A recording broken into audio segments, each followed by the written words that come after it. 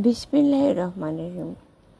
আসসালামু আলাইকুম সুপ্রিয় দর্শক, দিরিয়ান কুকিং কটেজে সকলকে সাদর অভিনন্দন। আশা করি নিশ্চয়ই ভালো আছেন। আজ বৃহস্পতিবার দিবাগত রাত, আর এখন থেকেই কিন্তু জুম্মা মানে শুক্রবার কাউন্ট করা হয়। তো সূরা কাহাফ, জুমা, সিজদা এবং দুখান এগুলো পড়াটা উচিত। আর তার সাথে সন্ধ্যার পর থেকে পরবর্তী অর্থাৎ শুক্রবার সন্ধ্যা পর্যন্ত, মাগরিব ওয়াক্ত পর্যন্ত সাল্লাল্লাহু আলাইহি সাল্লাম দুরূদ পড়াটা বেটার নয়, বেস্ট অপশন। তো আমরা সকলে যেন এই সুন্দর কাজটি ঈমান ও সততার সাথে সম্পন্ন করি।